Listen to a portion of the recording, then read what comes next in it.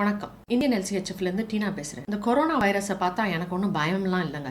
அவங்க முட்டாள்தனமா பேசுறாங்களே அப்படின்னு நீங்க யோசிக்கலாம். ஆனா நான் சொல்றதுக்கு ஒரு அறிவியல் பின்னணி இருக்கு. அதை நான் விளக்கமா சொல்றேன், காத்துருங்க.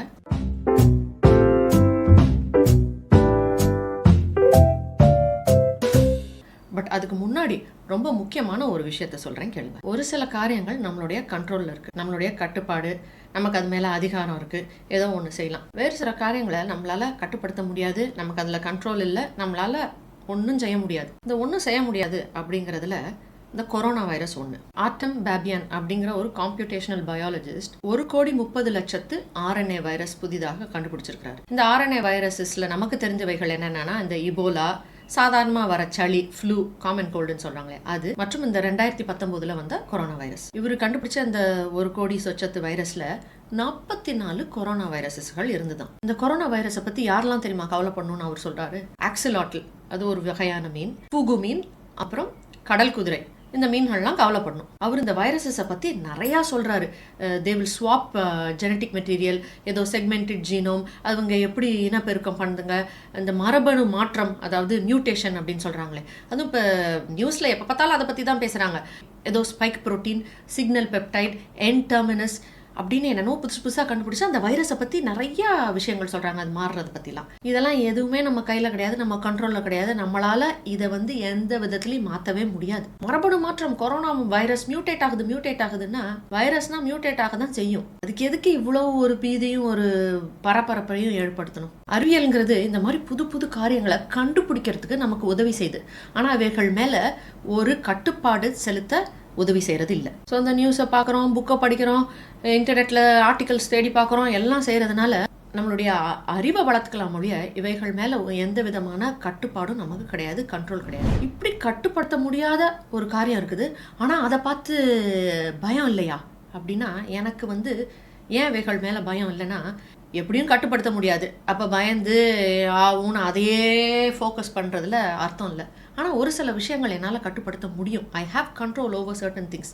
அதில் ஒன்று என்னென்னா, என்னுடைய வாய்க்கு நான் என்னுடைய கையிலேருந்து எடுத்து செலுத்துகிற உணவு, என்னுடைய உடம்புக்கு நான் என்ன ஊட்டச்சத்து அளிக்கிறேன், என்ன உணவு அளிக்கிறேன் அப்படிங்கிறது என்னுடைய கட்டுப்பாடுக்குள்ளார தான் இருக்குது. அது என் கையில் தான் இருக்குது. உணவுக்கும் கொரோனா வைரஸ்க்கும் என்ன சம்மந்தம்? இதை பற்றி ஏன் பேசுகிறீங்க அப்படின்னு நீங்கள் யோசிக்கலாம். சம்மந்தம் இருக்குது, சொல்கிறேன். கோவிட் இருந்த கடந்த 2 ஆண்டுகள்லேருந்து இருக்கிற டேட்டாவில் என்ன தெரியுதுன்னா, சிலவர்கள் இந்த கொரோனா வைரஸ்னால ரொம்ப அதிகமாக பாதிக்கப்பட்டு ரொம்ப உடல் நலம் மோசமாகி இறந்தும் போயிட்டாங்க. சிலவங்களுக்கு அது பாதிக்கவே இல்லை, இல்லைன்னா எப்பொழுதும் வர சளி மாதிரி ஒரு 2 நாள் இருந்துச்சு, மூக்கு உறிஞ்சினாங்க, கொஞ்சம் ஃபீவர் இருந்துச்சு, சரியா போயிட்டாங்க. அப்ப இவங்களுக்கு என்ன வித்தியாசம்? மோசமாக பாதிக்கப்பட்டவர்கள் யாருன்னா, மெட்டபாலிக் கண்டிஷன்ஸ் இருந்தவங்க, அவங்களுடைய உடல் நலம் மோசமா இருந்துச்சு, அவங்களுக்கு அணு அளவு ரணம், அதாவது இன்ஃப்ளமேஷன் சொல்றாங்க, அது மிகவும் அதிகமாக இருந்தது, ஆரோக்கியம் குறைவாக இருந்தது. இதை பற்றி விளக்கமாக டாக்டர் எல்லிஸ் ஜெயச்சந்திரன் விவியன் சொல்றாரு, அந்த வீடியோ பாருங்க.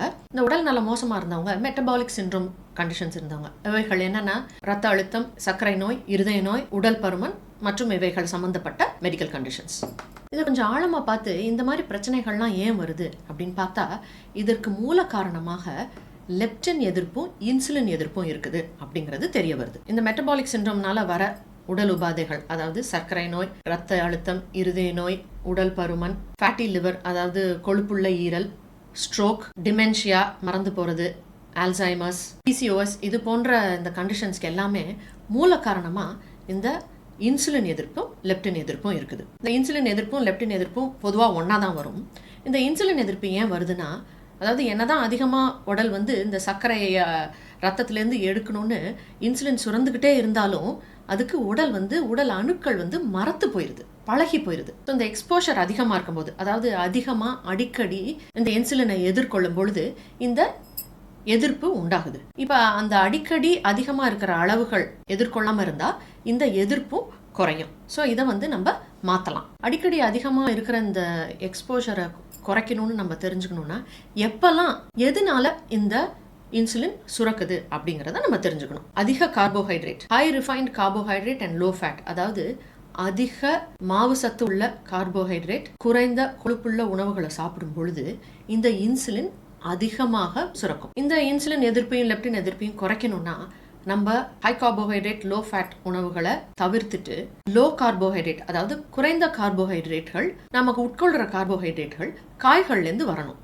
மாடரேட்டான புரத சத்து, அதிக நல்ல கொழுப்புள்ள உணவுகளை நம்ம உட்கொண்டா இன்சுலின் அளவுகளை குறைக்கலாம். நம்ம சாப்பிட்ற உணவுகளை மாற்றும் பொழுது இன்சுலின் அளவையும் குறைக்கலாம், இன்சுலின் எதிர்ப்பையும் குறைக்கலாம். இந்த உணவுகளுக்கு பேர் தான் LCHF, low carbohydrate high fat food அப்படின்னு சொல்றாங்க. இல்லைன்னா பேலியோ உணவுகள் அல்லது கீட்டோஜெனிக் உணவுகள் அப்படின்னு சொல்றாங்க. இன்சுலின் லெப்டின் சுரக்கிற அளவுகளையும் அந்த எதிர்ப்பையும் குறைக்கும் பொழுது நம்ம ஆரோக்கியமாகலாம். இந்த மெட்டபாலிக் சிண்ட்ரோம் கண்டிஷன்ஸ் ஆகிய இரத்த அழுத்தம், இருதய நோய், சர்க்கரை நோய், உடல் பருமன், டிமென்ஷியா, PCOD, இது சம்பந்தப்பட்ட எல்லா உடல் பிரச்சனைகளையும் நம்ம ரிவர்ஸ் பண்ணலாம், இதுல இருந்து குணம் அடையலாம். இந்த வியாதிகளை நிபுணர்கள் என்ன சொல்றாங்கன்னா கிரானிக்கலி ப்ரோக்ரசிவ் டிசீஸ், அதாவது நாள் அடைவுல நாள் ஆக ஆக இந்த வியாதி முதிர்ச்சி அடைஞ்சிட்டே இருக்கும். நீங்க உடல் நலம் குறைஞ்சுக்கிட்டே இருப்பீங்க அப்படிங்கிறது. அதனால சாகர வரைக்கும் இந்த வியாதிகளை ட்ரீட் பண்றதுக்கு, குணமடையறதுக்கு கிடையாது, ட்ரீட் பண்றதுக்கு மருந்துகள் சாப்பிட்டுக்கிட்டே இருக்கணும் அப்படின்னு சொல்லுவாங்க. இது உண்மை கிடையாது. இந்த வியாதிகள்ல இருந்து விடுதலை அடையலாம்.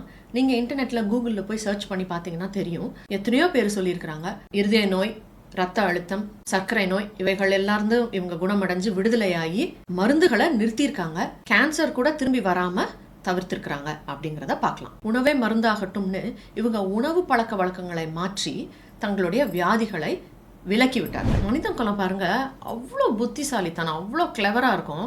புது புது வைரஸ் எல்லாம் கண்டுபிடிக்க முடியுது, அவைகள் எப்படி மரபணு மாற்றம் செய்துன்னெலாம் கண்டுபிடிக்க முடியுது, மனுஷனை நிலவுக்கு அனுப்ப முடியுது, ஸ்பேஸுக்கு அனுப்ப முடியுது.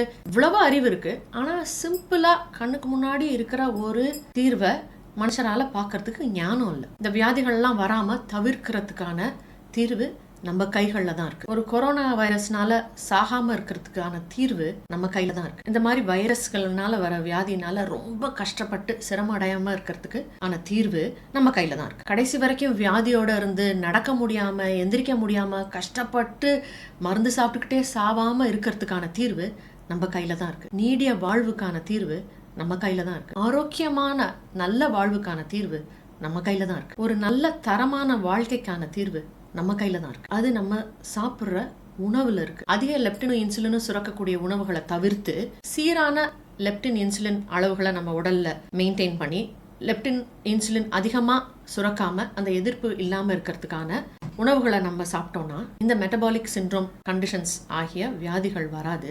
இந்த பிரச்சனைகள் இருந்தவங்க தான் பாத்தீங்கன்னா கொரோனாவினால மிகவும் பாதிக்கப்பட்டவர்கள் அப்படிங்கிறத நம்ம பார்க்கிறோம். டாக்டர் செபாஸ்டியன் ரஷ்வத் அப்படிங்கிறவர் ஒரு புக் எழுதினாரு, Covid why worst of what you know is wrong.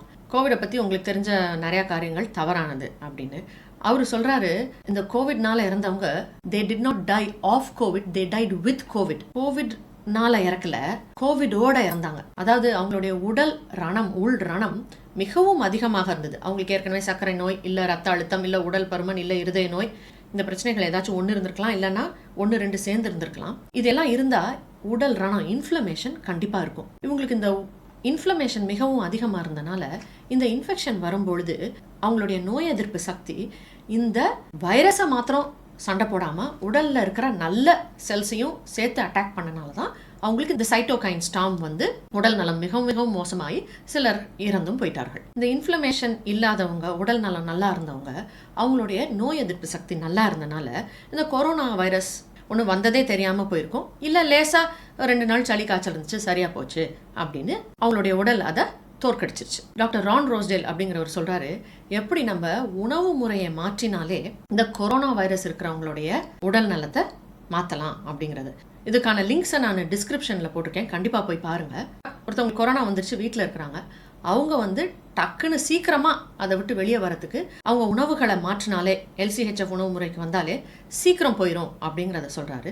அது மட்டும் அல்லாமல் மருத்துவமனையில் இருக்கிறவங்களுக்கு கூட அவங்க சாப்பிட்ற உணவை மாற்றினா அவங்க மருத்துவமனையிலேருந்து சீக்கிரம் வீட்டுக்கு வந்துடலாம் அப்படின்னு சொல்றாரு. மருத்துவமனையிலையும் IV போட வேண்டிய நிலைமையில இருந்தாங்கன்னா கூட இந்த IV குளுக்கோஸ் சார்ந்த IV இல்லாம கொழுப்பு சார்ந்த IV, அதாவது fat based IVs instead of glucose based IVs கொடுத்தாங்கன்னா அவங்களுடைய உடல்ல இருக்கிற இன்ஃப்ளமேஷன் குறைஞ்சிரும், அவங்களுடைய இம்யூன் சிஸ்டம் பெட்டர் ஆகும், அவங்க உடல் நலம் சீக்கிரம் மேம்படுத்தி குணமடைஞ்சு வீட்டுக்கு வரலாம் அப்படின்னு எப்படி இந்த உணவு முறை மாற்றத்தினாலேயே இந்த கொரோனா வைரஸை நம்ம தோக்கடிக்கலாம் அப்படின்னு சொல்லியிருக்கிறாரு. அதனால பாருங்க, இந்த ஆட்டம் பேபியன்கிற சயின்டிஸ்ட் வந்து கண்டுபிடிச்சிருக்கிறாரு கோடிக்கணக்கான வைரஸ். இது மாதிரி இன்னும் கண்டுபிடிக்காத வைரஸ் எத்தனை இருக்குதோ உலகத்தில் நமக்கு தெரியாது. கண்டுபிடிக்காததை விடுங்க, இந்த கண்டுபிடிச்ச இத்தனை கோடியில் ஒரே 1% வந்து இதுங்களால தனியாக வாழ முடியாது. ஏதாச்சும் ஒரு ஹோஸ்ட் மேலே தான் வாழணும். ஸோ இதுங்க மனுஷ குலத்தோட இன்டராக்ட் பண்ணால் நம்மளால அதை தாங்கிக்க முடியுமா? இனிமே வர வைரஸுகளை இப்படி லட்சக்கணக்காக சாக போகிறோமா? இல்லை சும்மா கோல்டு மாதிரி வந்துச்சுங்க சரியா போச்சு அப்படின்னு கடந்து போயிடுவோமா? ஸோ பாருங்க, இந்த மாதிரி வைரஸுகள், அதுகளுடைய மியூட்டேஷன், டியூப்ளிகேஷன் இதெல்லாம் நம்ம கையில இல்லை. ஆனால் நம்மளுடைய உடல் நலமும் நம்மளுடைய ஆரோக்கியம் நம்ம கையில இருக்கு, நம்ம சாப்பிட்ற உணவுல இருக்கு. மாற்ற முடியாத, நம்ம கட்டுப்பாட்டுக்குள்ளாரையே இல்லாத ஒரு விஷயத்த பயங்கரமா ஃபோக்கஸ் பண்ணி அது இப்படி ஆயிடுச்சாக்கும் அப்படி ஆயிடுச்சாக்கும் அது இதுன்னு நியூஸ் எல்லாம் அதுதான், சோஷியல் மீடியால எல்லாம் அதுதான். ஒண்ணுமே செய்ய முடியாத ஒரு விஷயத்த மேல எல்லா கவனியும் செலுத்துறதுக்கு பதில நமக்கு கட்டுப்பாடு இருக்கிற ஒரு விஷயம் உணவு, நம்மளுடைய ஆரோக்கியம், நம்மளுடைய உடல் நலம், அது மேல கவனம் செலுத்தி அதை மாற்றி இது போன்ற பிரச்சனைகளை எதிர்கொள்ளலாமே. மாற்ற முடியாதவைகளை தெரிஞ்சுக்கிட்டு விட்டுறணும். மாற்ற முடிகிற ஒரு விஷயத்த தெரிஞ்சு மாத்திக்கிட்டோம்னா அது நமக்கு நல்லது. அதனால என் கட்டுப்பாட்டுக்குள்ளார இருக்கிற ஒன்றை வச்சு என் கட்டுப்பாட்டுக்குள்ள இல்லாத ஒன்றை நான் எதிர்கொள்றேன், மேற்கொள்றேன். ஒரு ஞானமுள்ள ஒரு பர்சனாக இருந்தீங்கன்னா கட்டுப்பாட்டு இல்லாத விஷயத்தையே ஃபோக்கஸ் பண்ணுவீங்களா, இல்லை உங்களால் மாற்ற முடிஞ்சதை மாற்றி உங்களை நல்லா ஆக்கிக்குவீங்களா? இதை வந்து ஏதோ நான் வந்து இந்த ஆர்டிகல்ஸ்லாம் படித்து புக்கெல்லாம் படித்து இதுலேருந்து வர ஒரு நாலேஜ்னால மாத்திரம் சொல்லலை. இது எங்கள் அனுபவபூர்வமாக சொல்கிறேன். எங்கள் குடும்பத்தில் ஒரு 13 பேருக்கு ஒரே நேரத்தில் கொரோனா வந்துச்சு, என்னுடைய சின்ன மகள் உட்பட. அதை பற்றி விளக்கமாக இன்னொரு வீடியோவில் எவ்வளோ சுலபமாக நாங்கள் அதை மேற்கொண்டோம் அப்படின்றத இன்னொரு வீடியோவில் சொல்லியிருக்கேன், அதை பாருங்கள். இந்த வீடியோ உங்களுக்கு பயனுள்ளதாக இருக்கும்னு நான் நம்புகிறேன். ஷேர் பண்ணுங்கள், லைக் பட்டனை தட்டுங்க, சப்ஸ்கிரைப் அண்ட் பெல் நோட்டிஃபிகேஷன் பட்டனை தட்டுங்க. வீடியோஸ் ரிலீஸ் பண்ண உங்களுக்கு தகவல் வரும். நல்ல ஆரோக்கியத்துக்கும் நீடிய வாழ்வுக்கும் இது போன்ற வைரஸுகள்லாம் வந்தால் அதுலேருந்து ரொம்ப பாதிப்பு அடையாமல் இருக்கிறதும் உங்கள் கையில் இருக்குது. சக்தி உங்கள் கையில் இருக்குது. Power is in your hands. நன்றி.